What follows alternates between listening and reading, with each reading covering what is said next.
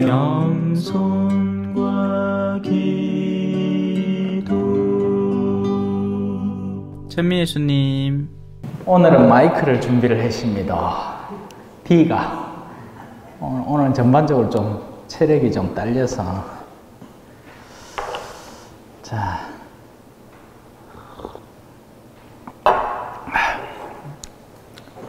오늘은 여러분에게 나눠드린 그 노래, 원래는 제가 아는 기로는 이거 개신교 노래로 알고 있는데 모르겠어요, 정확하게는.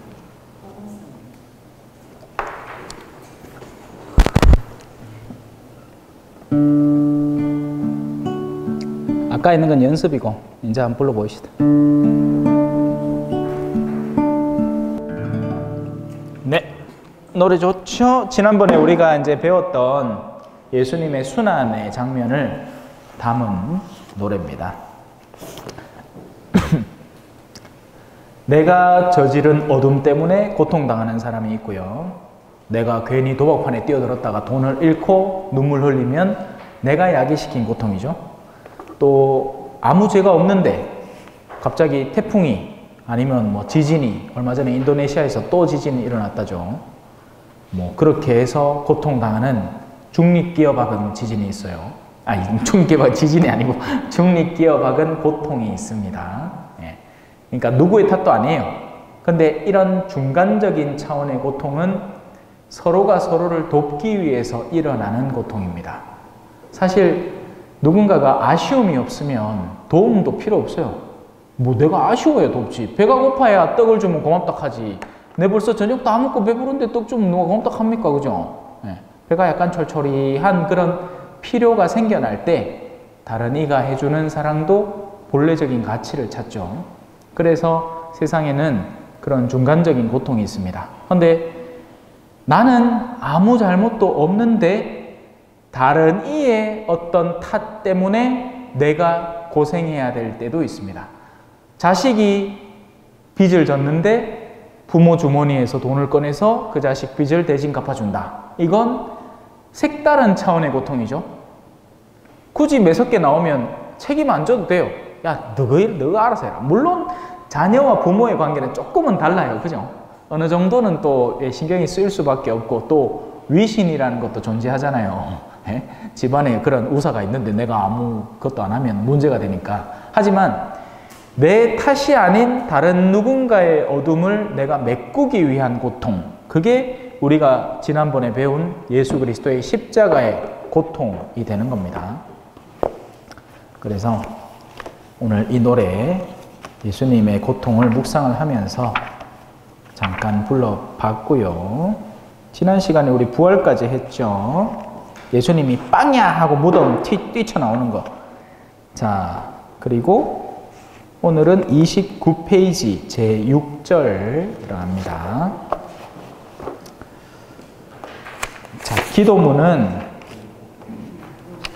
자, 우리 사도신경을 다시 한번 천천히 외워보도록 하겠습니다. 시작 기도로 사도신경 천천히 한번 외워볼게요. 성호경 듣고 사도신경 바치고 다시 성호경으로 들어가겠습니다. 성부와 성자와 성령의 이름으로 아멘. 전능하신 천주 성부 천지의 창조주를 저는 믿나이다. 그 외아들 우리 주 예수 그리스도님 성령으로 인하여 동정 마리아께 잉태되어 나시고 본시오 빌라도 통치 아래서 고난을 받으시고 십자가에 못 박혀 돌아가시고 묻히셨으며 저승에 가시어 사한날에 죽은 이들 가운데서 부활하시고 하늘에 올라 전능하신 천주 성부 오른편에 앉으시며 그리로부터 사한 이와 죽은 이를 심판하러 오시리라 믿나이다. 성령을 믿으며 거룩하고 보편된 교회와 모든 성인의 통공을 믿으며 죄의 용서와 육신의 부활을 믿으며 영원한 삶을 믿나이다. 아멘.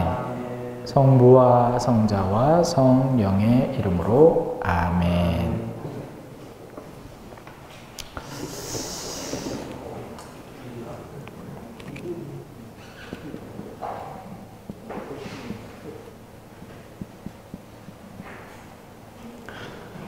자,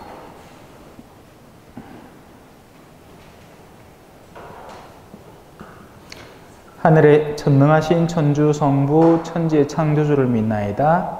그 외아들 우리 주 예수 그리스도님, 성령으로 인하여 동정마리아께 잉태되어 나시고 본시오 빌라도 통치 아래서 고난을 받으시고 십자가에 못 박혀 죽으시고 묻히셨으며 저승에 가시어 요까지 사흘날에 죽은 이들 가운데서 부활하시고 하늘에 올라 전능하신 천주 성부 오른편에 앉으시며 그리로부터 산이와 죽은 이를 심판하러 오시리라 믿나이다. 처음에는 성자께서 우리를 구원하러 옵니다. 그 다음에는 심판하러 컴백합니다. 왜냐하면 처음에 구원은 우리에게 가까이 오기 위함이에요. 이 가까움에 대해서 설명을 드렸죠.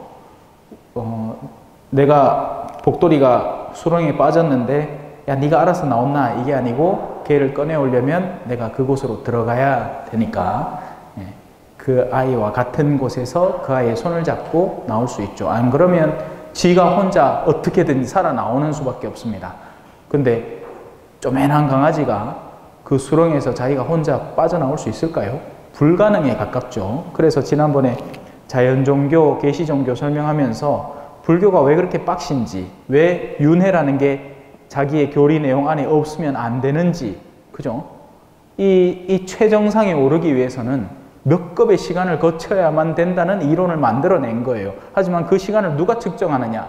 아무도 측정해낼 수 없는 자기들이 만들어낸 이론상의 근거점이 되는 것 뿐입니다. 자, 하지만 우리는 계시종교죠. 가려져 있는 커튼을 이렇게 젖히면서 안에 숨어 있는 것을 드러내는 겁니다. 하느님의 뜻은 감추어져 있기 때문에 이 하느님의 뜻을 계시종교는 열어 젖히면서 사실 하느님은 이런 걸 바라셔 라면서 드러내 보여준 거죠. 사실 이 계시, 열어 젖히다는 이 계시의 의미는 당대에 심지어는 하느님을 믿는다는 사람들도 이해를 못하고 있었어요. 왜? 하느님이 설마 당신의 본 위치를 버리고 인간이 되어 오시리라고는 좀처럼 생각을 못했던 거죠.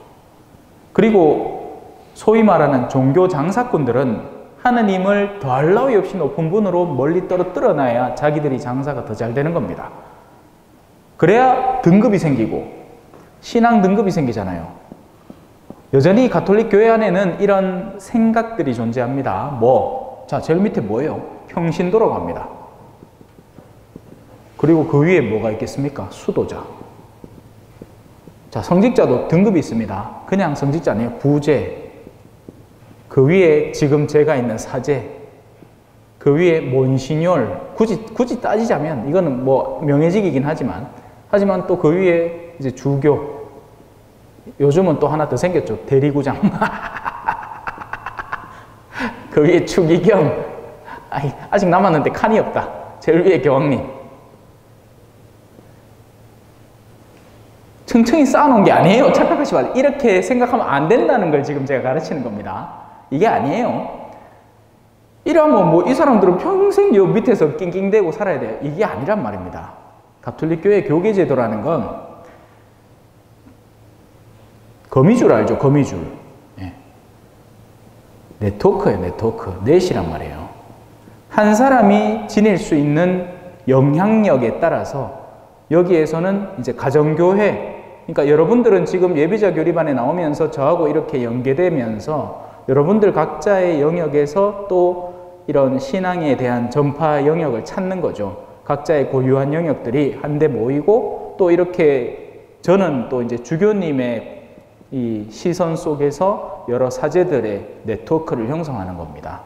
그리고 주교님은 한국에서 이제 각 지역 교회 각 주교님들하고 네트워크를, 그렇게 교황님은 또 더 큰 차원의 네트워크를 형성하는 거죠.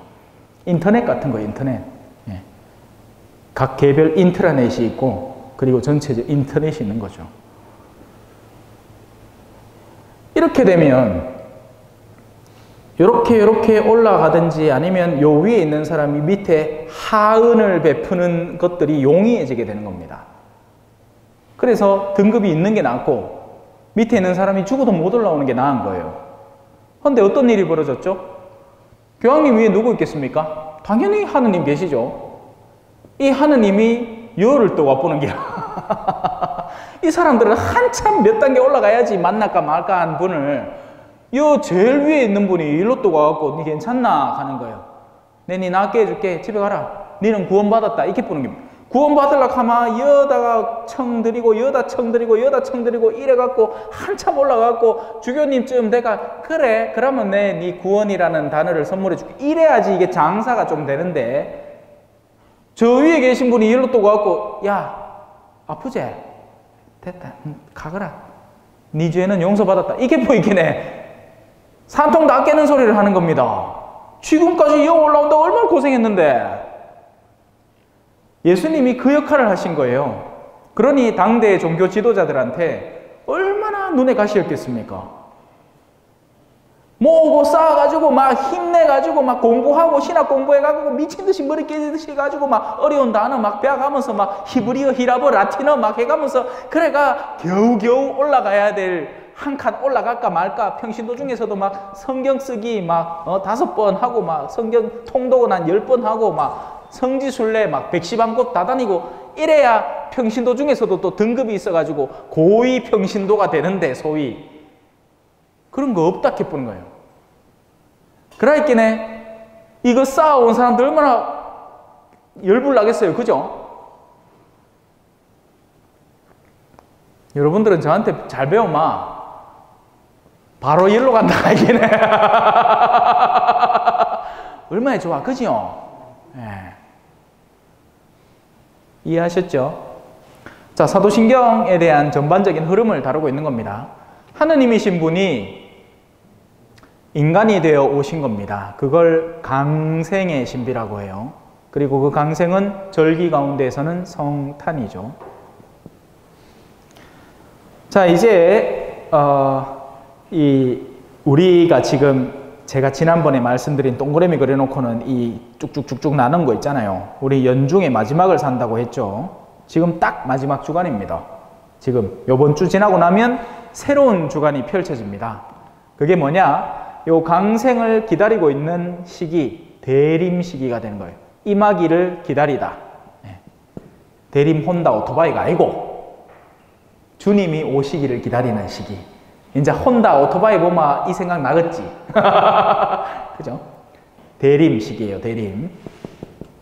그리고 그렇게 내려오셔서 인간이 되신데 거기서부터 이제 살아가는 이 모든 시기 안에 연중이 포함되는 겁니다. 하느님이 인간이 되어 오셔서 초반 30년은 숨어 사셨어요. 그걸 사생활이라고 하고요.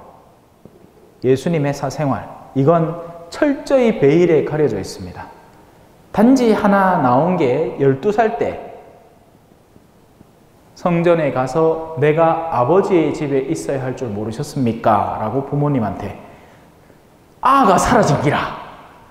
어디 이렇게 본당에서 자 이제 예비자 교리반이라고 해갖고 우리 한번 소풍 갑시다 해갖고 어디 성지순례를 갔는데 집에 또 와갖고 우리야 뭐 어디 저 딴 버스에 탔나 하고 집에 또 왔는데 엄마야 아가 없어.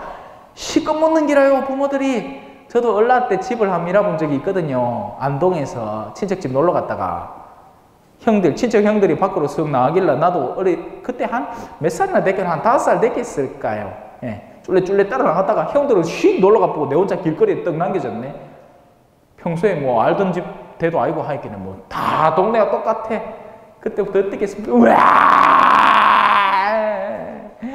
으악 하다가 옆에 어떤 이쁘장한 누나가 나를 데리고는 파출소에 딱 데려다 놓고 그 파출소 아저씨들이 새우깡 줘갖고 그거 뻐적뻐적 씹으면 울면서 먹고 있는데 밖에 이제 자전거 타고 이모부가 데리러 왔었어요. 기억이 생생합니다. 그 정도로 충격적인 사건이죠. 예수님의 부모도 저 뒤에 이제 꺼주셔도 되겠다. 뜨신 기운이 이제 후끈후끈하네. 그 12살 때 그렇게 알을 이자 붙는데 나중에 어디서 찾았나 하있기네 성당에서 기도하고 있는 기라.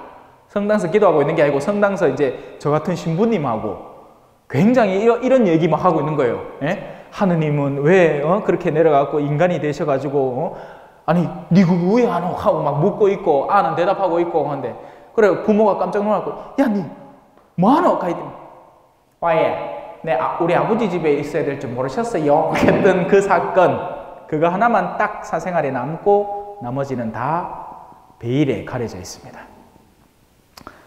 성경은 그냥 순명하면서 살았다고 해요. 부모님에게 순명하면서 살았다. 그리고 30년이 끝나고 3년 말 그대로 11조죠. 10분의 1이죠. 그죠? 그 3년이라는 시간을 온전히 헌신을 하기 시작합니다. 이 가르침에. 무엇보다도 예수님은 전생애가 가르침 투성이었습니다. 가르침. 말로도 가르치고 삶으로도 가르치고 본보기로도 가르치고 대표적인 사건 가운데 하나가 성전에서 장사하는 인간들이 있었던 거예요. 지금 뭐 우리 성당 같은 이런 분위기가 아니고 그 동네의 성전이라는 곳은 양을 한 마리 이래 끌고 와갖고 이제 그 목을 이제 따가지고 피를 흘려서 바치고 제단에다가 바치고 이제 그 가운데 일부는 그 사제들이 들고 가고 자기들 밥 먹고 나머지는 이제 사람들이 들고 가서 구워 먹고 그랬거든요. 그라이킨의 성전에 막 오만천지의 양떼, 소떼 갖다 바칠 동물들, 뭐 곡식 예물들, 뭐 이런 것들이 성행하는데 또 웃긴 건 그걸 그냥 돈 갖고 못 사. 그냥 돈은 더럽다고 성전에서 파는 은화를 따로 사서 그 돈으로 그 재물을 사야 그러니까 성전에서 통용되는 자기들끼리의 행운권 뭐 이런 거지. 예. 그걸 따로 사서 그렇게 해야 하니까 환전상들이 그렇게 많은 거예요. 그러니까 예수님 그거 보고는 한 날은 확 다 뒤집어 엎은 겁니다. 예. 뭐 하냐고. 자, 그런 이 가르침, 온갖 가르침, 너희들이 사람들한테 진짜 복음, 진정한 의미의 우리의 삶에 도움이 되는 인생 여로를 가르치지 않고 뭐 하는 장사질이냐? 어디 돈 벌려고 여기 있느냐? 예, 그 사람들은 돈 벌려고 거기 있었으니까. 그렇게 말씀과 삶으로 성실하게 가르침을 줍니다. 예. 그렇게 그 결과 어떻게 되겠어요? 밉보였죠. 완전 밉보인 거예요. 하지만 밉보일 걸 알고 당신은 밉보이신 겁니다. 모르고 했으면 억울하겠죠. 아니요. 당신은 그렇게 될 걸 알고 있었어요. 이건 마치 캄캄한 어둠 속에 촛불을 하나 들고 가는 거예요. 그러면 어떻게 되겠습니까? 어둠이 밀려나는 거죠. 그 작은 빛에. 근데 여기서 말하는 어둠은, 문제는 물리적인 어둠은 사실 어둠이란 건 존재하지 않습니다. 안 그래요? 여러분 보세요. 자, 이 종이가 있잖아요. 그러면 어둠이라는 건 그림자예요. 그림자. 내 손이 만들어내는 빛을 막으면서 일어나는 빛의 부재 상태. 그게 어둠이란 말입니다. 어둠을 그 자체로 규정할 수 있는 건 없단 말이에요. 어둠은, 자, 색깔도 마찬가지죠. 이 색깔이 왜 검냐 하면 여기 나오는 흰 빛을 모두 흡수해버리고 여러분에 들어오는 빛이 없기 때문에 검은색인 거예요. 그뿐입니다. 그게 아니고 빛을 반사해내면 흰색이 되는 거죠. 그래서 이게 물리적인 차원의 어둠은 그냥 어둠 그대로 갑니다.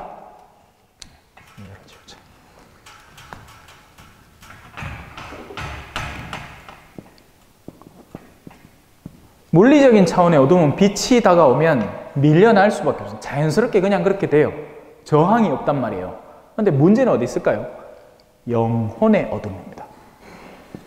영혼이 어두우면 빛이란 어떤 거죠? 정의, 진리, 진실 이런 것들이 밀고 다가올 때 그럼 영혼의 어둠은 아이고 정의가 오십니까? 저는 그러면 이만 하고 갑니까? 아니죠. 네가 뭔데 우리 앞에서 껐다구로 나오노? 오히려 사실관계, 사실은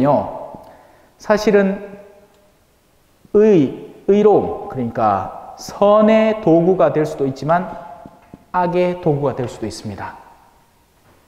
사실은 조작될 수 있거든요. 사실은 사실 그 자체를 교묘하게 뒤틀어버리면 악의 도구가 되는 거예요.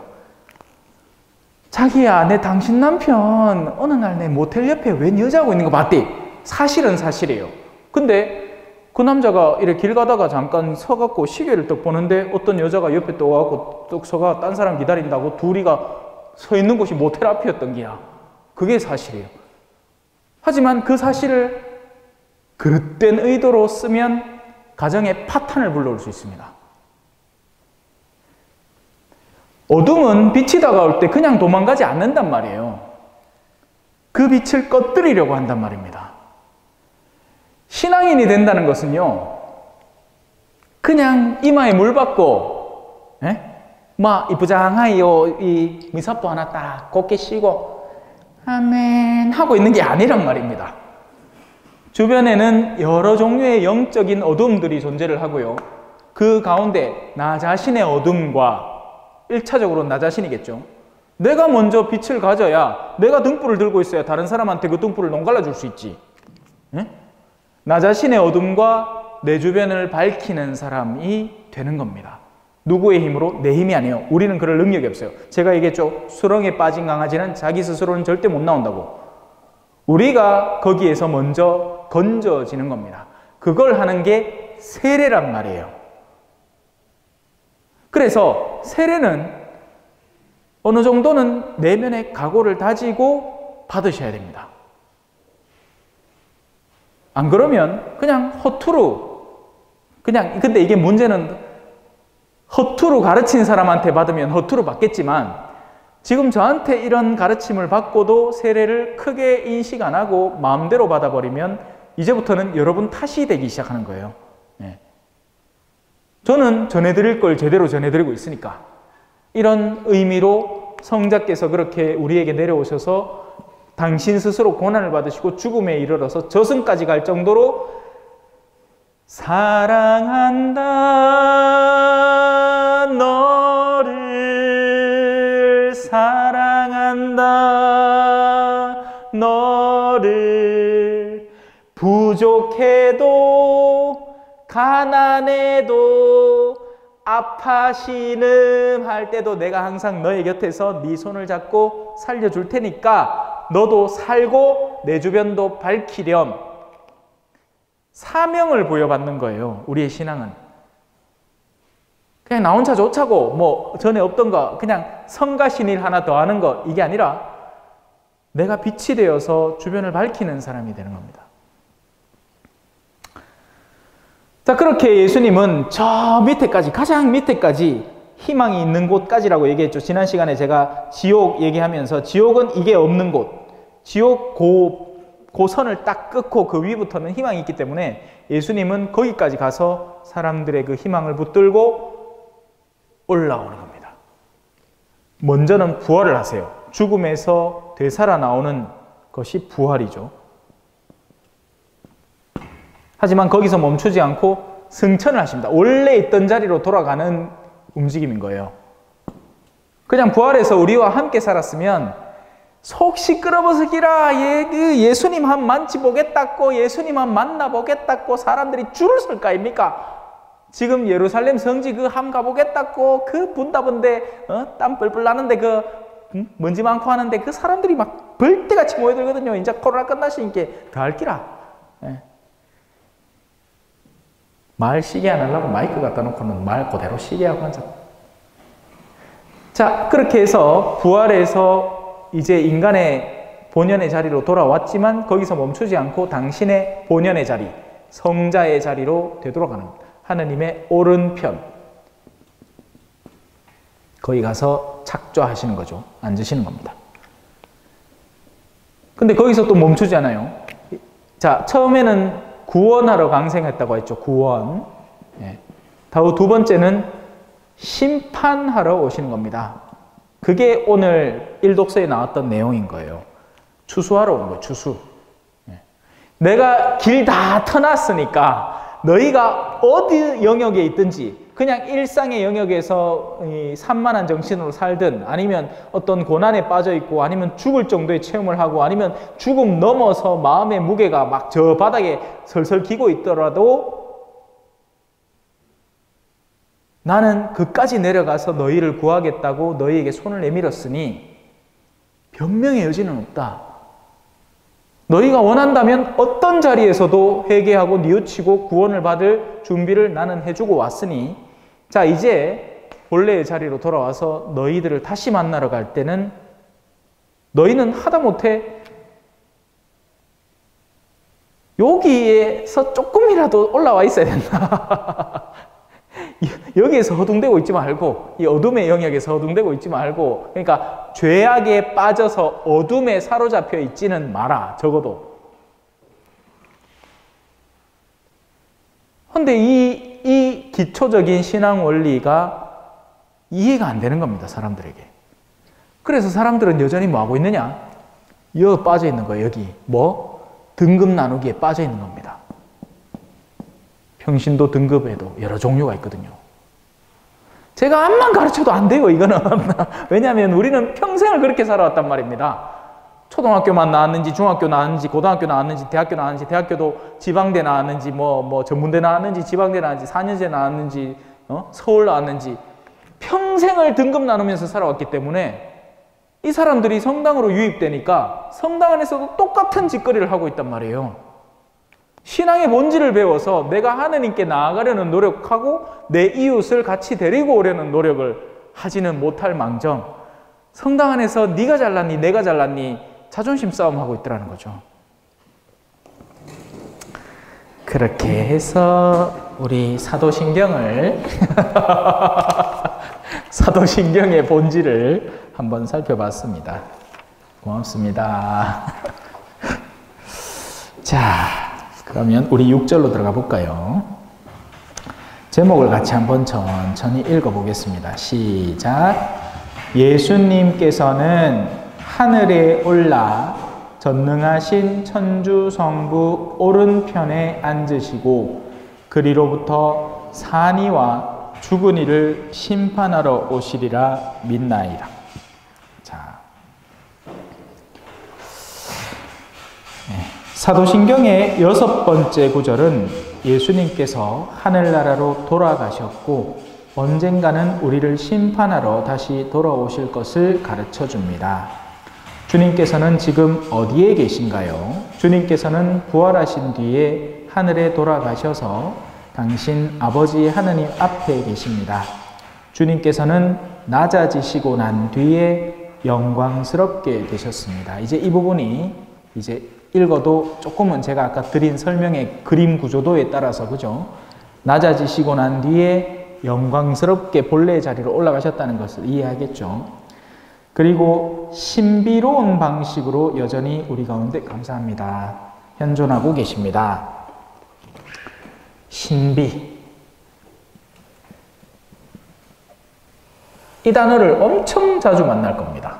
신비하다. 미스터리. 미스테리오.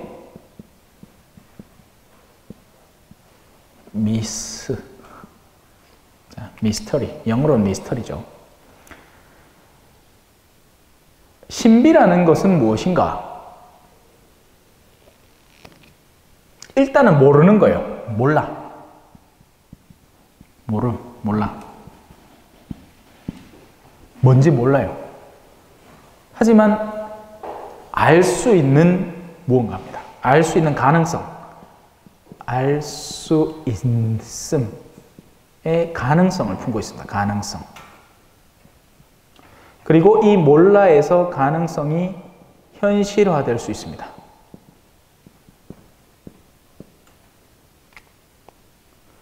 두 가지 능력이 가능해요. 하나는 신비를 품고 있는 분이 우리한테 그 신비를 드러내서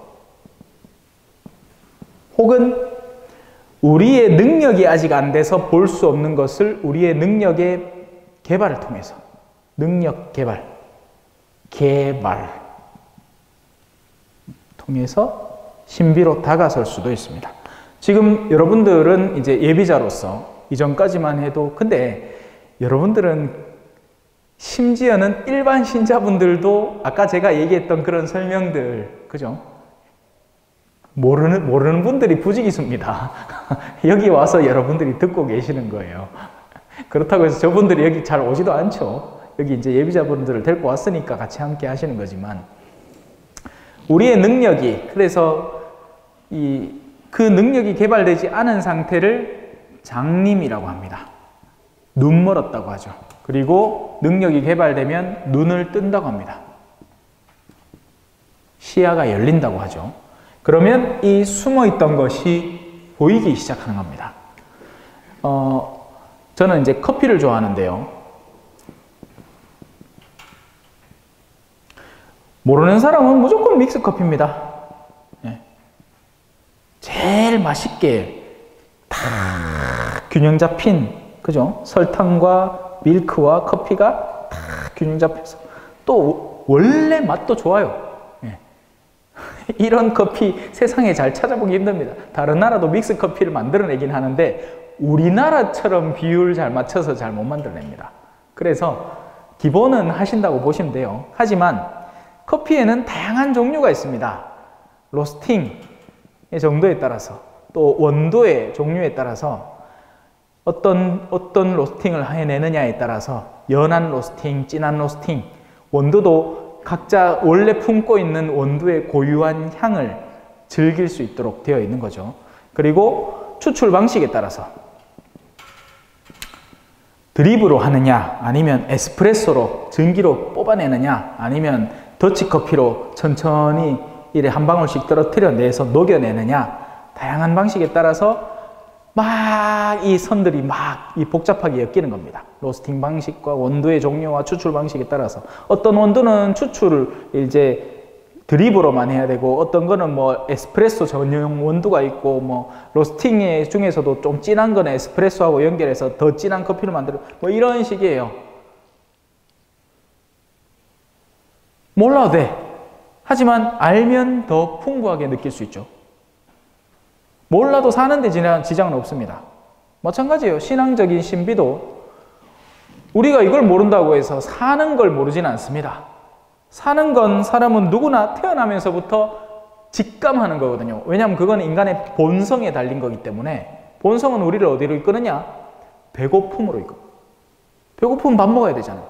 밥 먹는데 필요한 것들이 물건을 사야 되는 거고, 그게 인간의 문화와 결부되면서 돈이 필요하고 직장이 필요하고 어떤 권력과 명예가 어느 정도 형성되어야 이 본성의 기본을 채우는데 문제가 없어진단 말입니다. 하지만 여기에만 머물러 살면 이건 조금 발전된 동물 수준밖에 안 되는 거예요. 동물들도 심지어 음식을 비축하기도 하고 자기 안에 계급 집단을 갖기도 하고, 개미도 가만히 살펴보면 저희들끼리 명령 주고받고 바빠요. 꺼자뿌 시래기 하나 흘려놓으면 그 주변에 뱅뱅뱅뱅 논단 말입니다. 근데 꺼자뿌 시래기 장난친다고 사치아뽀도 가들 어디서 소식 듣고 왔는지 그 뱅뱅 돌고 있단 말이에요. 이거 분명히 있었는데 도리가 내한테 이거 있다 했는데 이거 맞는데 하면서 막 한참을 논단 말입니다. 벌들도 그죠? 벌 해보시는 분들은 알지만 누구보다도 더 잘 조직돼 있잖아요. 그죠? 야들이 어디서 어떻게 방을 어떻게 만들지, 뭐 어디에다가 어디에 어느 부분에다가 애벌레들을 숙성시키고 어디에는 꿀을 모으고 뭐 이런 것들, 인간보다 어쩌면 더 본성적으로는 다 잘 균형 잡힌 문화적 사회 속에 살고 있단 말이에요. 오히려 인간이 개판이죠. 잘 하던 거 엉망진창 만들어 보고 서로 막 죽이겠다고 들고 막 형제간에 막 살인 나고 막. 동물들이야 필요에 의해서 그렇게 하지만 우리는 이 본성을 넘어선 영역 속에서 무언가 영향을 미쳐서 그렇게 만드는 겁니다. 그게 대표적인 게 선과 악이죠. 그리고 이 선과 악을 그 가운데는 자유의지, 그리고 그 의지는 영혼 속에 놓여 있는 거예요. 그래서 우리는 이 영혼 속에 숨겨져 있는 그 신비로움을 눈떠야 한단 말이에요. 영혼이 어떻게 디자인되어 있고 어떤 과정을 거쳐서 어떻게 하는지. 그래서 신비로운 방식으로 여전히 우리 가운데 예수 그리스도께서는 현존하고 계시는 겁니다. 만질 수 있느냐? 못 만져요. 들을 수 있느냐? 못 들어요. 하지만 존재하시는 겁니다. 자, 그리고 예수님은 그래서 그 숨어 있는 것을 어떻게 드러내시느냐? 나중에 배우겠지만 당신의 제자단을 통해서 그게 바로 교회라는 겁니다.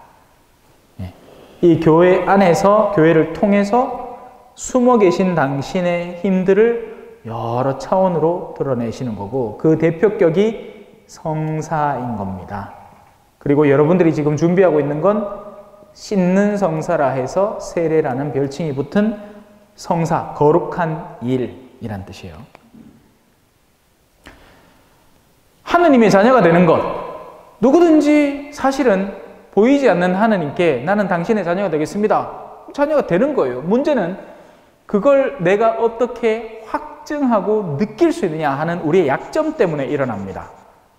그래서 교회는 세례라는 씻음을 통해서 당신은 오늘부로 분명히 하느님의 자녀가 된 것입니다.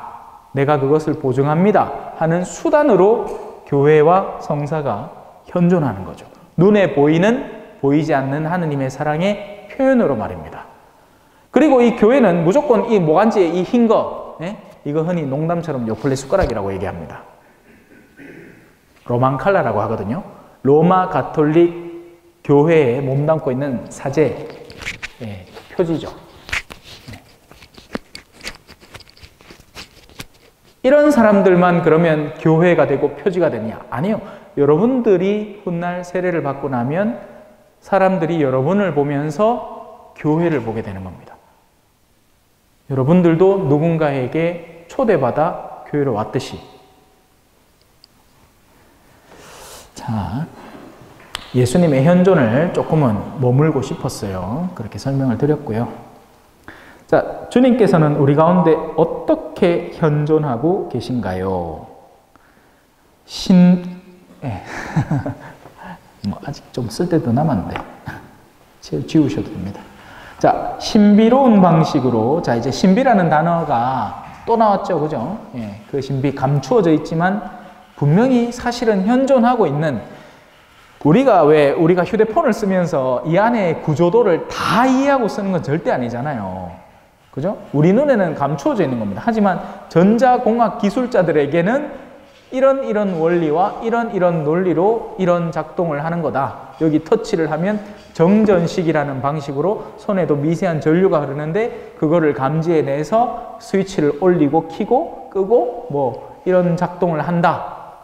그 안에 있는 칩은 논리 구조도에 따라서 계산을 해내고, 그래서 이미지를 쏘아주고 소리를 듣고 그것을 전송시키고 전파로 쏴서 다른 신호에 가닿게 그렇게 하는 것이다 하는 것은 우리가 모를 뿐 엄연히 존재하는 기술들이고 활용된다는 것이죠.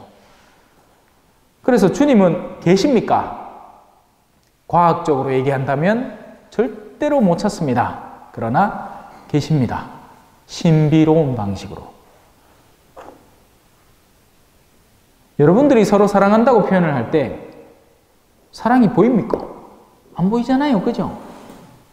하지만 제가 우리 신자분들, 여러분들 예비자분들을 위해서 신경 쓰고 있다는 건 이해를 하시겠죠? 거기에서 보이지 않는 영역이지만 볼 수 있는 방식들이 있다는 겁니다. 거기에 눈을 떠야죠. 자, 사회에서 소외당한 이들, 가장 약한 이들 안에 현존하고 계십니다. 가난하니, 병자, 뉘우치는 죄인, 무조건 죄인이 아니라 죄인은 나쁜 놈 맞고 악을 저지르고 있는 현행범이고, 뉘우치는, 자기의 잘못을 아파하면서 아 내가 정말 잘못했구나 하는 것을 인지하고 뉘우치는 죄인, 어린아이와 같은 이들 안에 현존하는. 그래서 우리 아들 오면 제가 기쁜 깁니다. 포마 이쁘고. 왜냐하면 예수님 받는 거잖아. 그죠? 예. 가들이 또 나중에 어떻게 성장해서 커나갈지, 그죠? 기대가 되지 않습니까? 그리고 우리 어르신들은 자동으로 병자 취급을 당하고 있습니다. 현대사회에서는. 옛날에는 권위 있는 분이었고 존경받는 분이었고 사랑받는 분이었어요. 근데 지금은요, 어르신됨 자체를 현대인들은 병자 취급합니다. 그걸 알아야 돼요. 능력 없는 사람으로, 뭐 이상한 냄새 나는 사람으로, 뭐 사회적으로 어딘가 두고 쓸 데가 없는 사람으로. 그러니까 일종의 장애처럼 취급을 하는 거죠. 이게 얼마나 안타까운 현실이에요. 왜? 모든 사람은 늙거든요. 이건 삶의 자연스러운 단계인데 현대사회는 그 늙음을 장애화됨으로 취급해버리는 겁니다. 그러니 오늘날의 이 한국 사회에서는 어른들도 이 안에 포함되어야 돼요. 우리가 흔히 무슨 날이다 하는 날을 갖고 있는 사람들은 그동안 소외당해 왔던 사람이라고 생각하시면 돼요. 요즘은 이제 노인의 날이 있어요. 어린이날이 있듯이, 그죠? 예. 자, 주님께서는 왜 돌아오시나요? 주 예수님께서는 사랑 안에서 우리 모두를 심판하기 위해서 돌아오실 것입니다. 자, 그냥 무턱대고 심판이란 단어를 들으면 무시무시하죠? 심판. 우리는 될 수 있으면 법정은 안 가야 됩니다. 그죠? 예. 저는 딱 한 번 법정을 가봤는데, 제가 저 때문이 아니라 남미에서 한 신부님이 이제 차 사고가 났어요. 근데 상대편이 이제 술을 막 이마에 먹고 있었던 거지. 우리 동네도 사실 흔합니다. 술 먹고 운전하시는 어르신들. 예. 말을 안 해, 그렇지. 뭐 내가 본 것만 해도 있는데 뭐 내 앞에서 술 먹고 운전하러 가던데 뭐.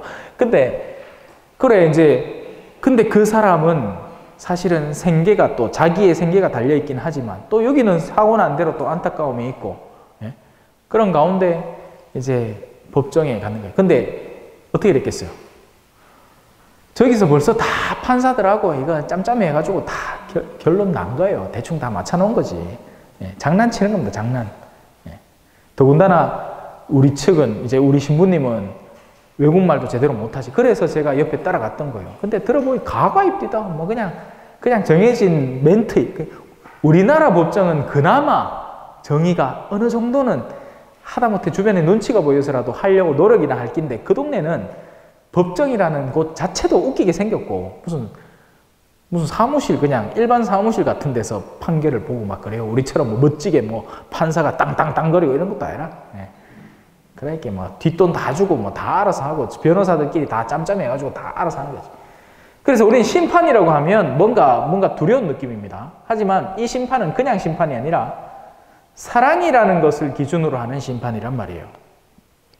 심판이 원칙적인 심판이라면 우리는 이 세밀한 촘촘히 짜여있는 이 계명과 법규들, 심판이라는 게 그렇잖아요. 법적 다툼 아닙니까? 그러니까 검사가 필요하고 변호사가 필요하고, 예? 이런 온갖 배운 사람들, 판사가 최종적인 판결을 내리고 촘촘하게 짜여진 무언가를 우리는 심판받는다고 생각하는 거지만 하느님의 심판은 사랑의 심판인 겁니다. 그래서 예비자 교리를 한참 배우잖아요. 그러면 오늘만 해도 제가 여러분들한테 드린 말씀이 많죠. 뭐 적은 것도 많고 아무것도 안 해야 됩니다. 네. 들으면서 이해만 하면 돼요. 이해 안 되면 넘겨버리세요. 괜찮아요. 시험 보는 게 아니니까. 시험을 봐도 소용이 없어요. 자, 예를 들어서 옛날에 코로나가 한창 유행하기 그 직전쯤에 해서 신천지가 교회로 파견 나왔습니다. 그럼 그 사람들이 얼마나 똑똑하겠어요. 예? 공부를 잘한단 말이에요. 그리고 무엇보다도 더 성실해 보이는 학생으로 그 자리에 있단 말입니다. 그러면 시험을 쳐서 예비자를 만들잖아요. 그 사람들이 그 세례를 못 받을 이유가 하나도 없어지는 거예요. 똑똑한데 뭐. 하지만 하느님의 심판은 사랑의 심판이 되는 겁니다. 외적인 촘촘한 규정과 규율과 이런 것들을 지켜서 심판이 되는 게 아니라 사랑을 얼마나 했느냐. 그리고 하느님의 사랑, 참된 사랑. 제가 아까 고통 이야기를 했죠. 내 죄 때문에 내가 힘든 것, 죄로 야기되는 고통, 중립기어 박은 고통. 자, 내 죄를 내가 애써 지웠다. 그러면 이거는 0으로 돌아온 거예요. 0으로 수렴하는 거죠. 예. 마이너스로 갔다가 마이너스 때에서 0으로 돌아온 것 뿐입니다. 내 죄를 기어 갚았으니까. 내 죄를 갚기 위해서 고통을 당했다? 내가 담배를 피워서 폐가 망가졌고 그 망가진 폐를 고치기 위해서 수술을 받고 해서 고통을 느꼈으니까 나는 십자가의 고통에 동참. 웃기지 말라카 해서 그건 지가 잘못했고 지가 만들어 놓은 고통을 지가 다시 그냥 겨우 건강을 회복한 것 뿐이지 아무것도 아닌 거예요. 차라리 그대로 만약에 몸이 망가졌으면 하느님께서 나중에 그 탓을 물을 겁니다. 니 와 그랬노? 나는 네 몸을 네가 가꾸라고 줬지 마음대로 멋대로 막 뿌리라고 한 게 아닌데 왜 그랬노? 하고 물으실 거예요. 중립기어는 차라리 여기에서는 상급을 받을 게 있습니다. 왜? 고통받는 이들이 생겨나잖아요. 기아, 가난, 태풍 이런 걸로 고통받는 이들, 또 여기 막 외국인 노동자들, 그죠? 이런 사람들을 그래도 하다못해 인간의 기초로 돌봐준다. 막 다른 주인들이 막 여권 뺏고 막 위협하고 니씨 고발해 뿐데 니 똑바로 해라 하면서 어디 도망가면 도망가봐라 이런 식으로 악을 저지르는 것에서 그래 하다못해 인간으로 대해주고 그래 배고픈 건 없나 오늘 밥은 많이 먹고 간식으로 오늘 떡바다한테 떡 농갈라 물어 이래라도 하마 거기서 생기는 선이 존재한다는 겁니다. 선. 그게 이 사랑의 심판의 근거점이 되는 거죠. 넌 사랑했느냐? 사랑했구나가 되는 겁니다. 또 어떤 경우에는 이제 여러분들은 평신도니까 주변 사람들한테 무슨 사랑을 막 펼칠 일은 없단 말이에요. 가족 안에서도 사랑이 가능합니다. 왜? 가족 중에서도 못된 사람이 있거든요. 그런 사람들을 견뎌내고 만약에 내 배우자가 그럴 수도 있단 말이에요. 그런 사람을 서로 참아내고 견뎌내고 하다 보면 거기에서 또 선이 생겨나는 겁니다. 그런데 요즘은 이 가족 내의 기본적인 선의 영역이 없어지고 있어요. 전부 다 자기의 이득을 취하려고 한단 말입니다. 가족을 통해서. 심지어 결혼이라는 것도 계약이고 서로 배우자가 서로가 서로를 이 계약 관계 속에서 이익을 찾기 때문에 더 이상 어진 어머니, 어진 아버지 이런 거 없는 겁니다. 나는 아이들한테 투자를 하는 거고 나중에 그 투자 비용을 나중에 다 뽑아낼 거예요. 그러려고 내가 지금 투자하고 있는 거예요. 이런 냉혹한 관계로 변해버리는 거죠. 이러면 이건 가족에서 더 이상 선이라고 볼 만한 게 하나도 없어지는 겁니다. 이러면 안 돼요. 우리는 가족 안에서 서로가 서로를 내어주고 헌신해야 할 필요가 있는 거죠. 자, 그렇게 하다 보면 이 위의 고통, 이 사랑의 고통을 이해하게 되는 겁니다. 사랑하는 사람, 진짜 사랑하는 사람, 신적인 사랑을 하는 사람은 바로 이 신적인 사랑의 거룩한 고통을 이해하게 되는 거죠. 이 고통을 그리스도교에서는 십자가로 통칭하는 겁니다. 그래서 질문이 십자가를 졌느냐 아니냐 이걸로 끝나는 거예요.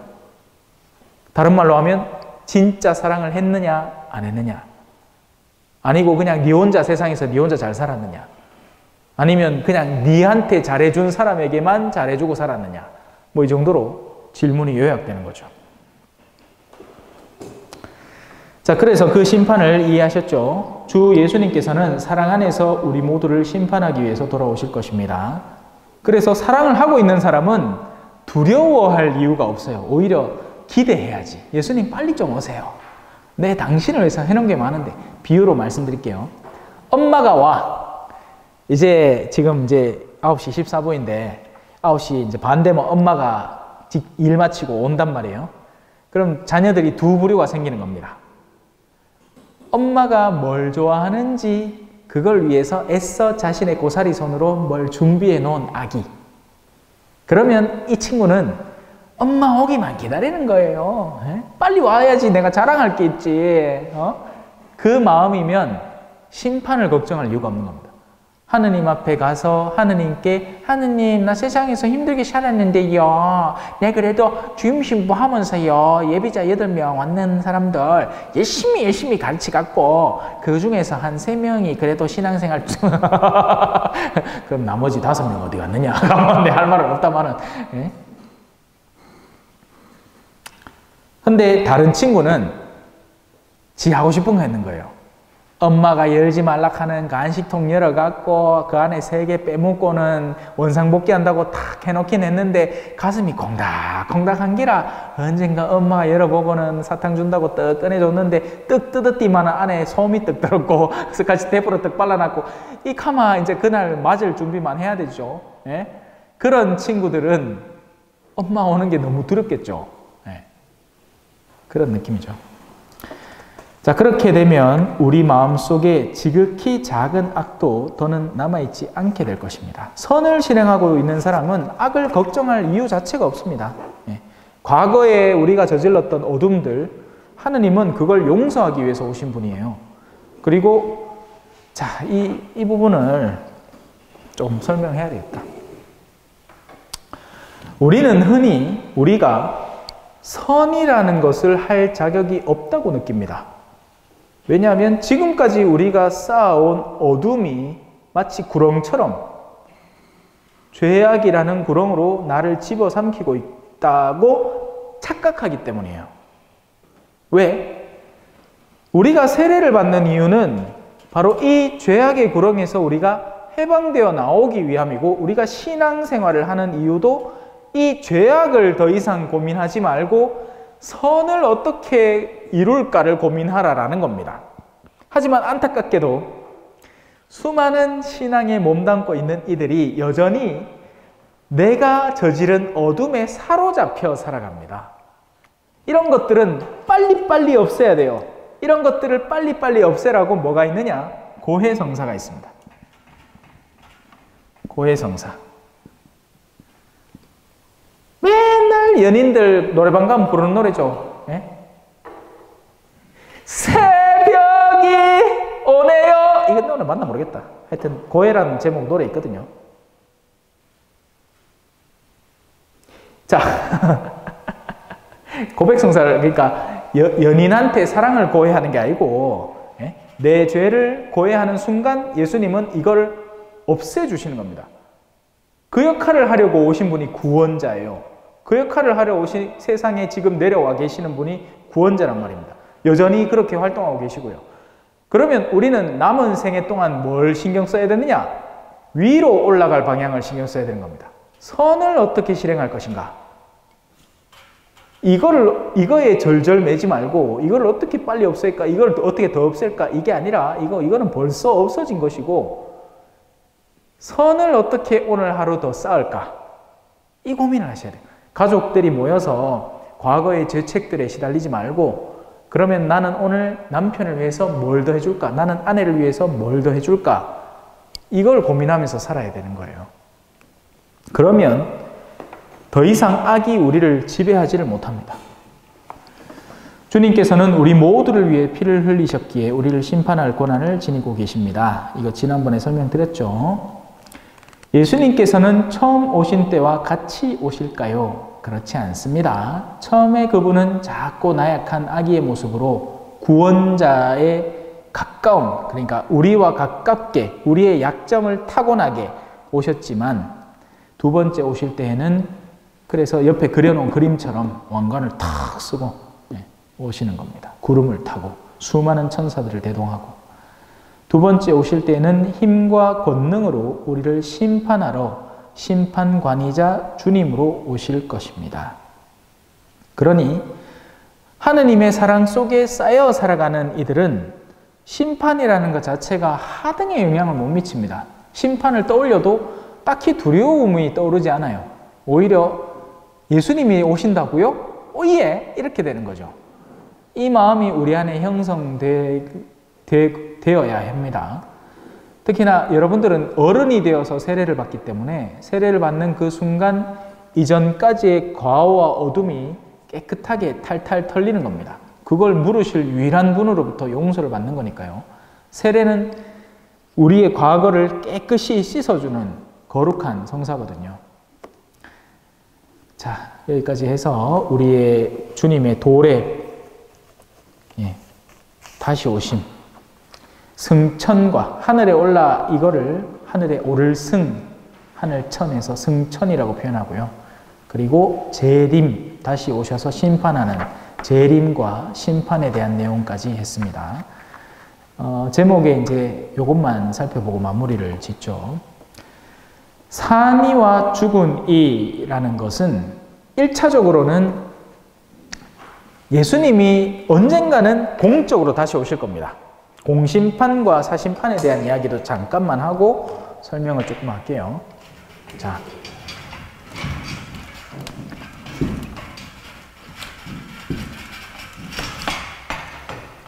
심판 가운데에는 사심판, 아까 예수님의 개인 생활을 사생활이라고 하고 그리고 공생활이라고 한 게 있잖아요. 마찬가지로 심판도 개별로 받는 심판이 있습니다. 각 사람은 자기 수명을 다하면 죽으니까, 그리고 죽고 나서는 하느님의 대전 앞에 가서 그분으로부터 우리 생애의 심판을 받게 됩니다. 그걸 사심판이라고 합니다.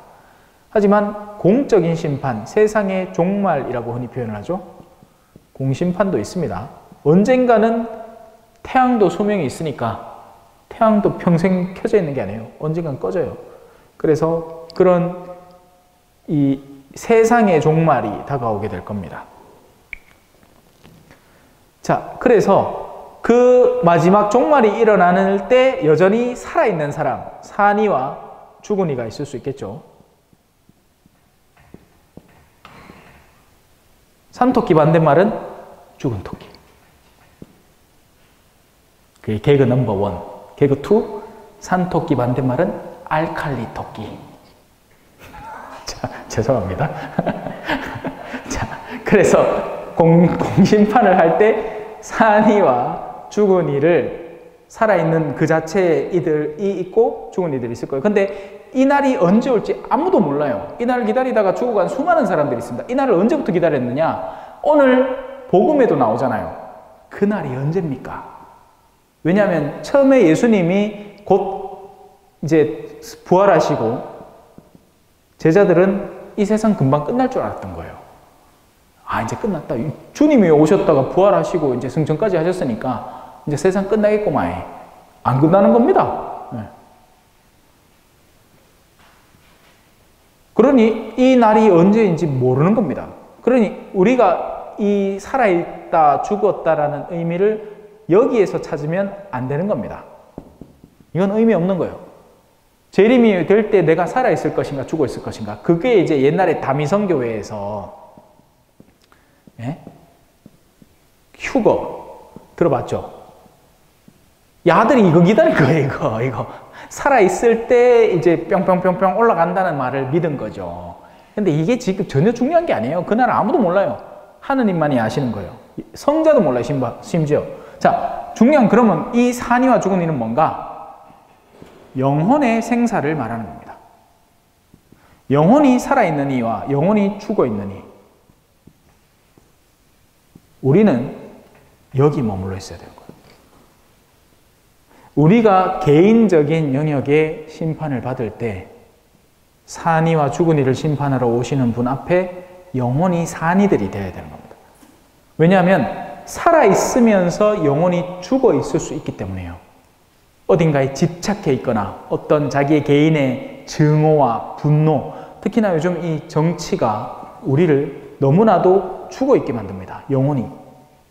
항상 분노에 차요. 이 사람들은 항상 분노에 차서 부당하다, 억울하다, 이게 왼쪽이고 오른쪽이고 구분점이 없어요. 지금은 둘 다 성질 나가지고 난리가 나는 겁니다. 그런 영혼들이 죽어있는 영혼이 되는 겁니다. 죽어있으면 안 돼요. 우리는 깨어있어야 돼요. 우리는 살아있어야 된다. 눈을 뜨고 아까 제가 얘기했던 신비를 바라보면서 장님 상태에 머물러 있지 않은, 내 아이가 단지 정말 맛있는 음식만 먹고 몸만 크고 있는지, 아니면 좋은 교육을 받고 머릿속에 지식만 불어나고 있는지, 아니면 그 내면의 영혼이 착실하게 사랑할 줄 아는 아이로 커나가는지, 이걸 볼 줄 알아야 부모가 되는 거죠. 그래야 눈을 뜨고 있는 거죠. 그죠? 오늘 적지 않은 시간 감사합니다. 질문이 혹시 있으시마 받고, 질문이 없으마 마무리를 하도록 하겠습니다. 궁금한 거 없어요? 뭐 알아야 질문을 한다, 그지요? 예. 영혼하고 정신하고 어떻게 됩니까? 자, 영혼이라는 것은 그 안에 여러 가지 영역들을 가질 수밖에 없습니다. 보이는 것은 육체죠. 그리고 우리는 정신이라는 영역을 가집니다. 근데 그 정신은 또 두 개로 나누어져요. 이성과 감성이죠. 우리가 드라마를 보고 감동하는 이유는 이 감성의 작용 때문입니다. 감성도 먹거리가 필요하고 육체는 음식이라는 먹거리가 필요하죠. 그래서 우리는 육체에 음식을 줍니다. 그리고 육체는 손상되면 죽음을 체험하죠. 감성도 음식이 필요합니다. 그래서 영화, 드라마, 넷플릭스 뭐 이런 것들을 보는 거예요. 유튜브.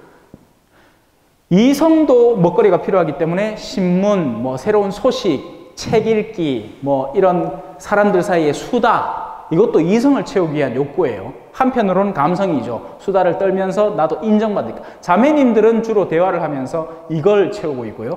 남자분들은 주로 대화를 하면서 이걸 채우는 경향이 많습니다. 항상 그렇진 않아요. 교묘하게 섞여 있습니다. 남자들도 자기가 내일은 탁 하면 이제 옆에서 만낙 하면 으쓱대면서 이 감성이 또 뿌듯해지는 거죠. 이 영역까지는 어찌 보면 동물들도 나는 겁니다. 동물들도 기억력을 갖고 있습니다. 개도 주인을 기억하고 돌고래도 몇 가지 어느 정도는 할 수 있다고 해요. 그래서 이성의 활동에 강하고 감성 갖고 있는 건 모르는 사람 없죠?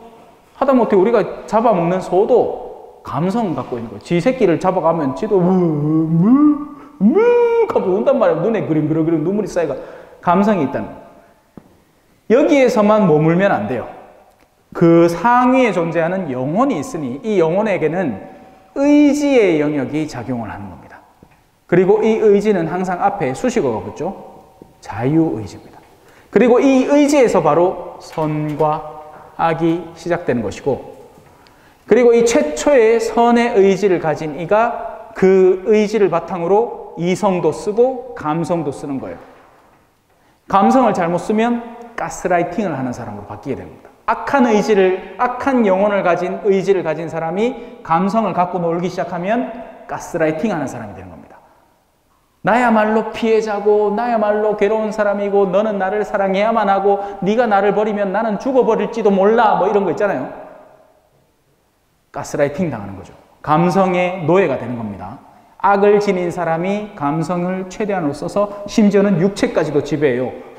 쥐가 돈 번 거 그거 다 갖다 바치고 앉았어. 이성의 영역은 지금 우리가 정치권에서 보는 것들이죠. 악에 사로잡힌 채 이 이성을 쓰면 온갖 사실적인 정보들로 상대를 비방하고 상대를 깎아내린 데 쓰는 거고, 그렇게 했을 때 그를 잘하면 구속까지 시킬 수도 있겠죠. 그러니 이 아랫부분들은 모두 여기에 귀속되는 겁니다. 어찌 보면. 네. 건강은 어떻게 챙기죠?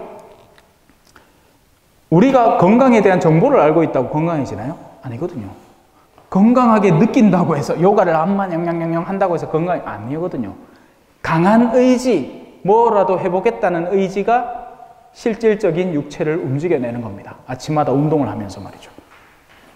그래서 이 모든 아래 차원은 상위에 복종해야 하는 거예요. 근데 현대인들은 이 영혼을 마치 없다는 듯이 치부해버리고 엉뚱한 감성, 나는 내가 여자로 느껴져요.